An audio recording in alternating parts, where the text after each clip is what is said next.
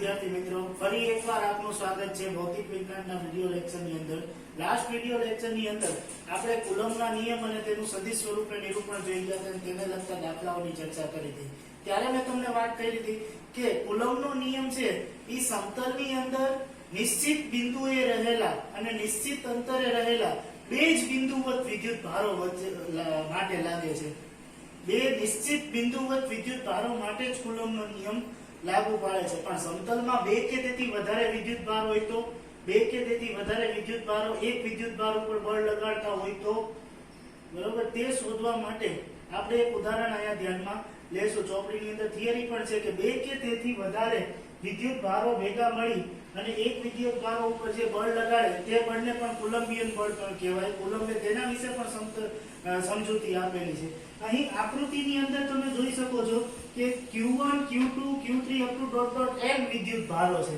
આ n વિદ્યુત ભારો ઉગમ બિંદુથી અનુક્રમે R1 R2 R3 up to dot dot Rn જેટલા અંતરે રહે છે. આકૃતિમાં દર્શાવ્યા મુજબ આ જે Q1 Q2 Q3 Qn વિદ્યુત ભારો છે એ ઉગમ બિંદુથી R1 R2 R3 up to dot dot Rn જેટલા અંતરે રહેલા છે. બરોબર, તો આ બધા વિદ્યુત ભારો ભેગા મળી Q1 વિદ્યુત ભાર ઉપર F1 બળ લગાડે છે. બધા ભેગા મળી એક Q1 વિદ્યુત ભાર ઉપર જ બળ લગાડે. કેમ બધા ભેગા મળી એક જણાને મારે? એમ બધા ભેગા મળી એક જ વિદ્યુત ભાર Q1 ઉપર બળ લગાડે છે. તો ઈ બળનું મૂલ્ય F1 છે જે આપણે શોધવાનું છે. તો કુલમ્બે એમ કીધું જ્યારે બે કે તેથી વધારે વિદ્યુત ભારો એક વિદ્યુત ભાર વડે ઉપર બળ લગાડતા હોય તો તે વિદ્યુત ભાર ઉપર લાગતું કુલમ્બિયન બળ બાકી બધા વિદ્યુત ભારો વડે લાગતા કુલમ્બિયન બળના શું થાય? સરવાળા જેટલું થાય. એને એમ કીધું કે બળને સદિશ સ્વરૂપે સમતલમાં દર્શાવેલું છે. બરોબર, તો તમે અહીંયા જોઈ શકો છો Q1 વિદ્યુત ભાર ઉપર Q2 Q3 Qn વિદ્યુત ભારો છે એ બળ લગાડે છે. તો તેમના વડે લાગતું બળ એનો સરવાળો એ Q1 ઉપર લાગતા બળ F1 જેટલો હોય છે. જ્યારે બે કે તેથી વધારે વિદ્યુત ભારો કોઈ એક વિદ્યુત ભાર ઉપર બળ લગાડે ત્યારે તેના બળને દિશા દર્શાવતી જે રેખાઓ છે, બળના સદિશો છે, બરોબર, ઈ એક બિંદુ ઉપર શું થાય છે? સંપાત થાય છે.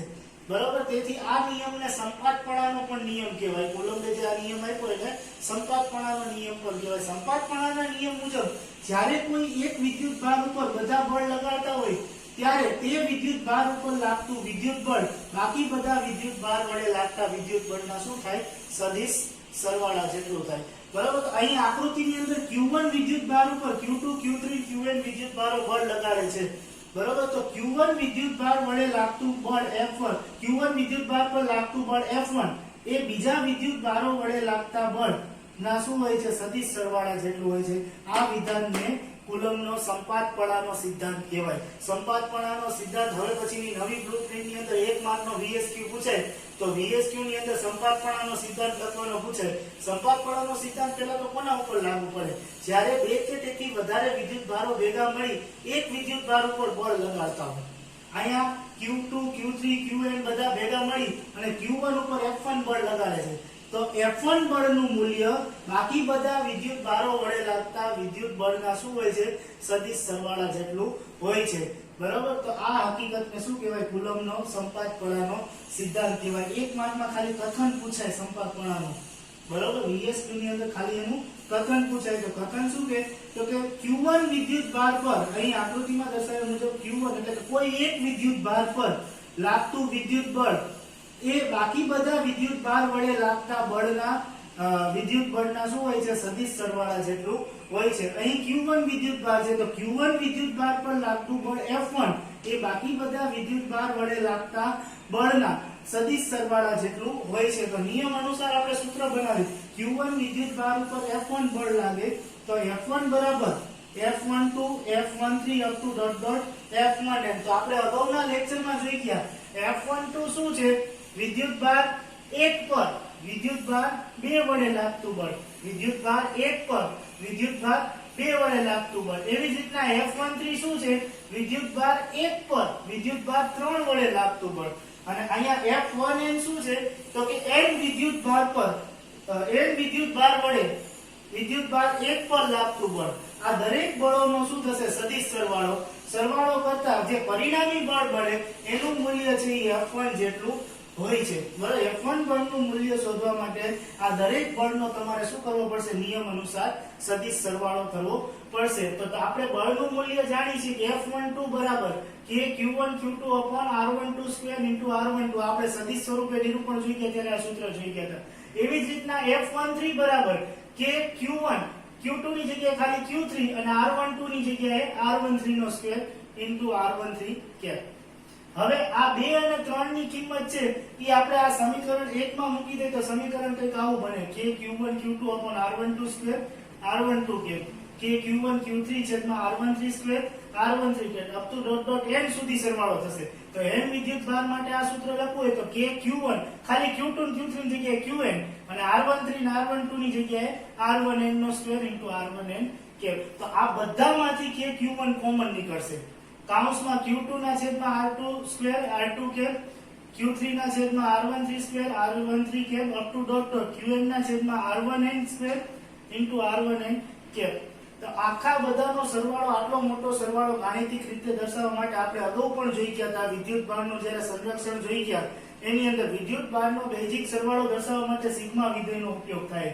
સિગ્મા I બરાબર ક્યાંથી બીજા વિદ્યુત ભારથી સરવાળો લેવાનો n વિદ્યુત ભાર સુધી બરાબર એટલે qi ના છેદમાં r1m ને 2 3 4 I બરાબર શું સમજવાનું તમારે અહીંયા I બરાબર 2 3 up to dot dot n સુધી સરવાળો ક્યાં સુધી લેવાનો 2 3 up to dot dot qi ના છેદમાં r1i એનો સ્ક્વેર અને r1i કેપ કોમન પદ છે એના વડે દર્શાવાય। તો આ સૂત્ર છે ઈ n વિદ્યુત ભાર વડે કોઈ એક વિદ્યુત ભાર પર લાગતા બળનું સૂત્ર છે। હવે આનો આપણે દાખલાની અંદર કઈ રીતના નિરૂપણ કરાય તે સમજવા માટે આપણે ઉદાહરણ 1.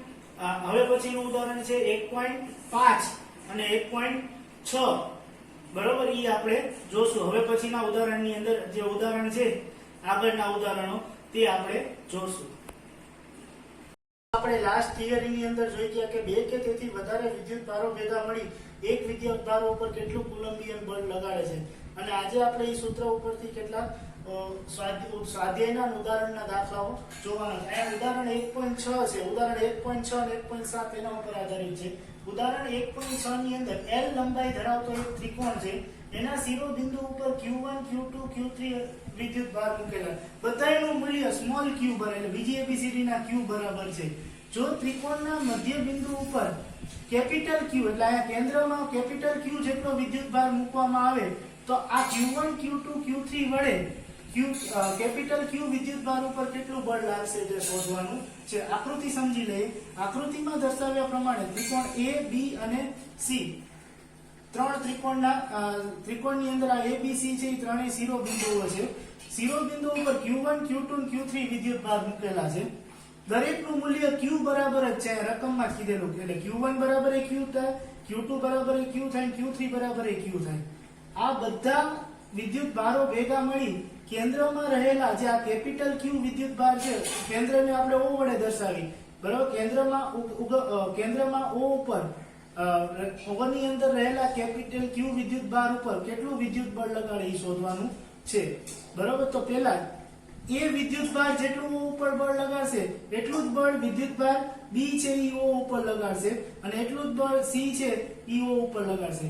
તો એ વડે ઉગમ બિંદુ O ઉપર લાગતું બળ FOA એવી જ રીતના B વડે ઉગમ બિંદુ O ઉપર એટલે કેન્દ્ર O ઉપર લાગતું બળ FOB અને C વડે ઉગમ બિંદુ O ઉપર એટલે કે મધ્ય કેન્દ્ર O ઉપર લાગતું બળ FOC વડે દર્શાવે છે।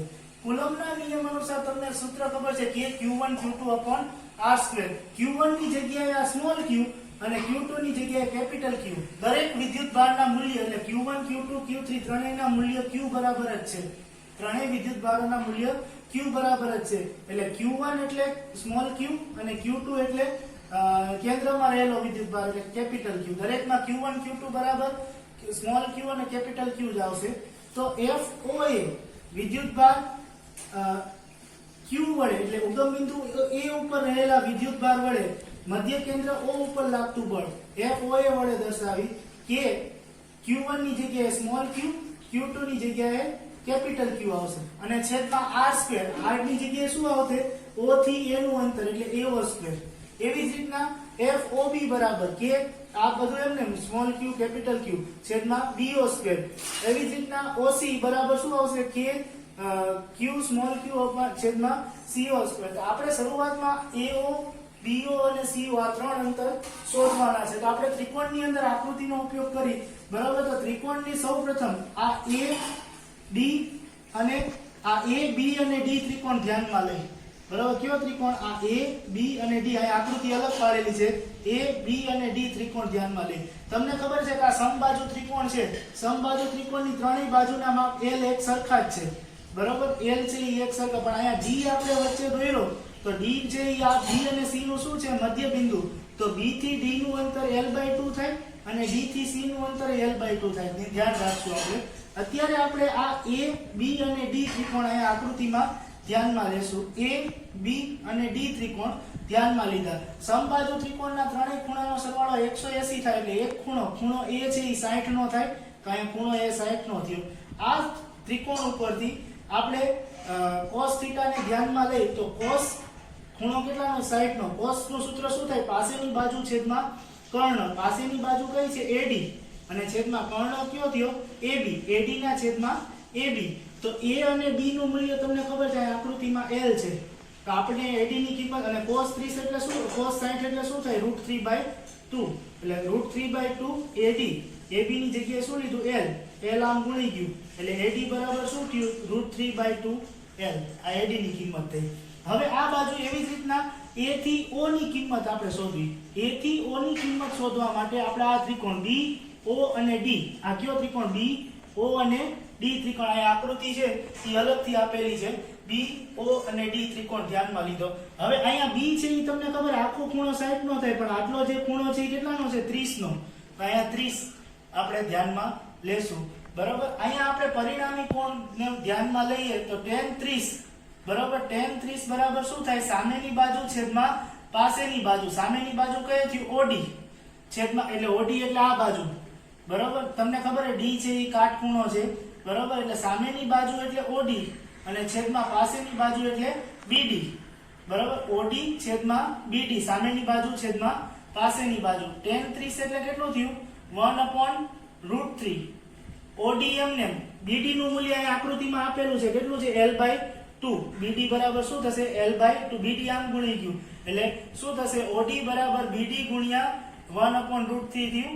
તો OD BD ની કિંમત મૂકી અહીંયા L/2, બરાબર. તો L/2 ગુણ્યા 1/√3. તો OD બરાબર શું થયું? L ના છેદમાં 2√3.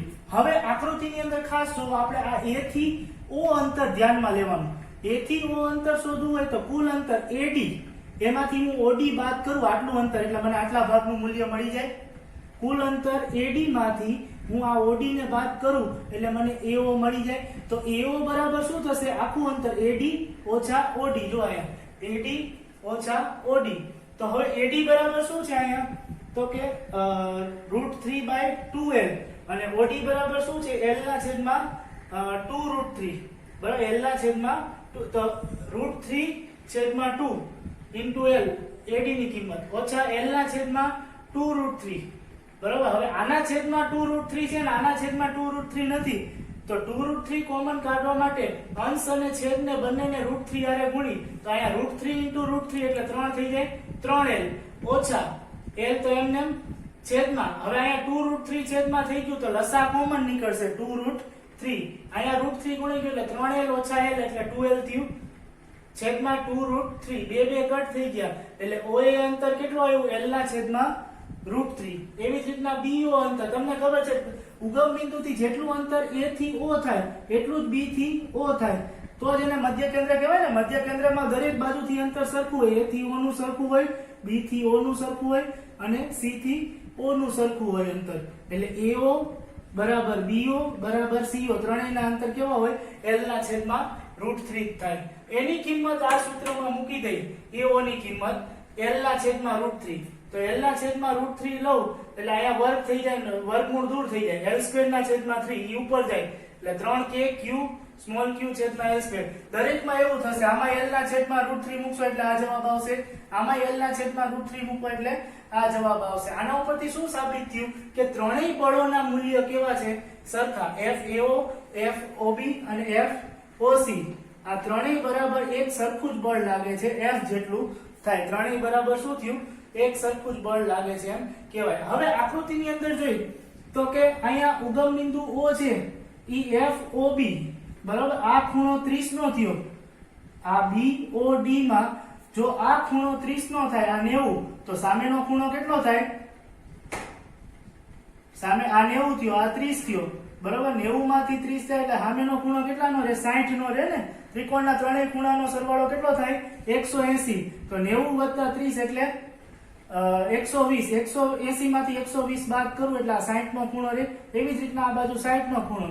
તો FOC અને FOB વડે વચ્ચે કેટલાનો ખૂણો થયો? 120 નો ખૂણો થયો. આ આકૃતિને થોડી અહીંયા બળ જે રેખાકૃતિ છે બરાબર, જેને FBD એટલે force body diagram, free body diagram વડે દર્શાવે. અહીંયા FBD બળનો ડાયાગ્રામ દર્શાવેલો છે. અહીંયા તમે જોઈ શકો છો FOA છે એ નીચેની તરફ લાગે છે, FOB છે ઉગમ બિંદુ ઉપર આ બાજુ લાગે છે જમણી બાજુ, અને FOC એટલે ડાબી બાજુ લાગે છે. તો બળને અહીંયા અલગ ફ્રી બોડી ડાયાગ્રામ વડે દર્શાવી તો અહીંયા ઉગમ બિંદુ O છે, O ઉપર FOB આ બાજુ લાગે, FOC આ બાજુ લાગે. FOB અને OC વચ્ચેનો ખૂણો અહીંયા આકૃતિમાં દર્શાવ્યા મુજબ 120 નો છે. તો અહીંયા મેં ખૂણો 120 નો દર્શાવેલો છે, અહીંયા ખૂણો 120 નો દર્શાવેલો છે. તો હવે આપણે પહેલા શું કરશું? FOC અને FOB વચ્ચેનું પરિણામી બળ આપણે ધારો કે R કઈ, કેટલું કઈ? R કઈ બરાબર. FOB અને FOC વચ્ચેનું પરિણામી બળ R હોય તો પરિણામી બળનું સૂત્ર 11મા ધોરણમાં ભણી ગયા. R બરાબર √F1² F2² 2F1 F2 cos θ. F1 એટલે O ઉપર B વડે લાગતું બળ અને F2 એટલે O ઉપર C વડે, એટલે FOB અને FOC F1 F2 બરાબર સમજશું. એની કિંમત મૂકી દીધી. FOB² FOC² 2FOB અને FOC cos θ બરાબર. cos θ ની કિંમત અહીં 120 છે. 120 લો એટલે -1/2 થયું બરાબર. 120 એટલે શું થાય? ગણિત વાળા હશે એને ખબર હશે, 60 એટલે +1/2 અને 120 એટલે ચરણ બદલી ગયા એટલે -1/2. માઇનસ આ કટ થઈ ગયું બે બરાબર. એટલે 2F² -F² એટલે અંડર રૂટમાં ખાલી શું રહ્યું? F². એટલે R બરાબર શું આવ્યું? F. તો આના FOB અને FOC વડે F જેટલું જ બળ લાગે છે બરાબર. તો હવે અહીંયા બળનો પાછો ફ્રી બોડી ડાયાગ્રામ છે ઈ અહીંયા આપણે અલગથી બળનો પાછો ફ્રી બોડી ડાયાગ્રામ છે અલગથી દર્શાવેલો છે.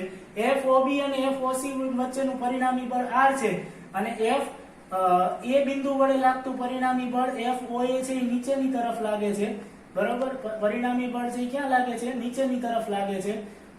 તો FOA વડે લાગતું પણ અહીંયા નીચેની તરફ. તો R અને OA વચ્ચેનો ખૂણો કેટલો છે? 180 છે. R અને OA વચ્ચેનો ખૂણો કેટલો છે? 180. જો અહીંયા સમતલમાં 180 નો ખૂણો થઈ ગયો. તો R અને FOA નું પરિણામી બળ ઓલા જ સૂત્ર મુજબ F1² F2² 2F1 F2 cos θ મુજબ F1 ની જગ્યાએ R, F2 ની જગ્યાએ OA. તો R² FOA² 2 R FOA cos θ થયું. તો R ની જગ્યાએ આપણે અહીંયા જોઈ ગયા, આ બાજુ જોઈ ગયા R બરાબર શું છે? F છે.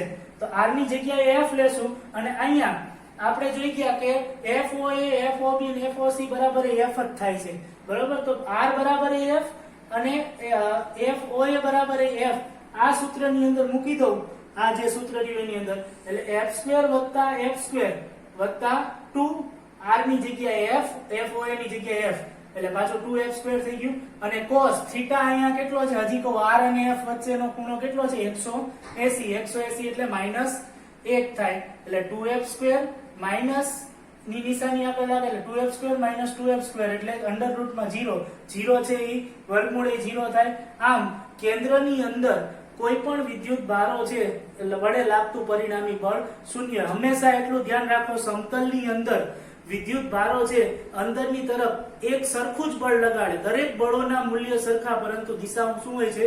જુદી જુદી. એટલે ગમે ત્યારે પૂછે ને સમતલના અંદરના ભાગમાં વિદ્યુત બળ પૂછે કે વિદ્યુત ક્ષેત્ર પૂછે તો અંદરની તરફ વિદ્યુત ભારો સમાન બળ અને વિદ્યુત ક્ષેત્ર ઉત્પન્ન કરે છે, બરોબર. તો સમાન બળ અને સમાન વિદ્યુત ક્ષેત્ર છે એ ઉત્પન્ન કરે છે, અને દરેક બળનો જે સરવાળો છે એ કેવો થઈ જશે, અહીં આપણે સાબિત કર્યું એમ શૂન્ય થઈ જશે. અંદરના વિસ્તારમાં ગમે ત્યારે વિદ્યુત બળ પૂછે કે વિદ્યુત ક્ષેત્ર પૂછે, જવાબ શું લખવાનો, MCQ હોય એટલે 0 જવાબ આવશે, બરોબર. આ મુદ્દાનો આપણે ધ્યાનમાં રાખશું. હવે આના જેવું જ તે ઉદાહરણ આપણે 1.7 જોઈ લઈએ. 1.6 ની અંદર આપણે જોઈ ગયા કે બે કે તેથી વધારે વિદ્યુત ભારોને સમબાજુ ત્રિકોણના શિરોબિંદુ ઉપર મૂકતા આ બધા વિદ્યુત ભારો વડે તેના કેન્દ્ર ઉપર લાગતું બળ કેવું હોય છે, શૂન્ય હોય છે. આ ઉદાહરણ 1.7 ની અંદર એવું છે કે સમબાજુ ત્રિકોણના શિરોબિંદુ ઉપર બે ધન વિદ્યુત ભાર છે, કેપિટલ Q અને એક ઋણ વિદ્યુત ભાર છે, સ્મોલ q, આવી રીતના મૂકેલા છે. સમબાજુ ત્રિકોણની દરેક બાજુનું માપ એક સરખું L જેટલું દર્શાવેલ છે. તો તમને ખબર છે કે B અને C ઉપર મૂકેલા જે ધન વિદ્યુત ભારો છે એ એકબીજા ઉપર શું લગાડશે, બે ધન વિદ્યુત ભારો જ છે એટલે અપાકર્ષી બળ જો એકબીજાથી આમ દૂર જાય છે, બરોબર. જ્યારે એ બિંદુ ઉપર રહેલા ઋણ વિદ્યુત ભાર ઉપર આકર્ષી બળ લગાડશે, એના ઉપર શું લગાડશે, આકર્ષી બળ લગાડશે.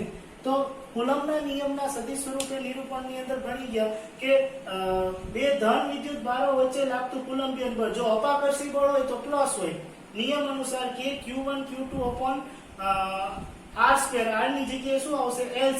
તો હવે આ સૂત્રની અંદર Q1 Q2 બે ધન વિદ્યુત ભાર જ છે, જો B અને C બિંદુ ઉપર શું બે ધન વિદ્યુત ભાર જ છે, બરોબર. તો બે ધન વિદ્યુત ભારો ઉપર લાગતું કુલમ્બિયન બળ Q1 બરાબર એ Q થશે અને Q2 બરાબર એ Q લઈએ તો કુલમ્બિયન બળ F1 બરાબર આ જ સૂત્ર 1/4πε0 Q1 બરાબર એ Q into Q એટલે Q² થયું છેદમાં L² જેટલું થાય.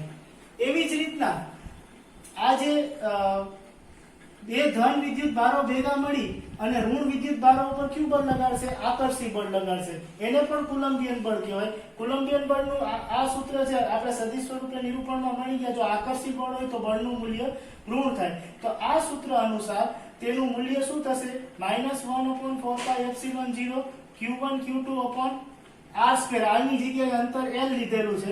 આ સૂત્ર ઉપરથી Q1 Q2 બરાબર શું થશે, Q1 બરાબર પ્લસ Q1 Q2 બરાબર બે વિદ્યુત ભારનું મૂલ્ય તો ત્રણેયના સરખા જ છે, Q એટલે -1/4πε0 Q into Q એટલે Q² ના છેદમાં L².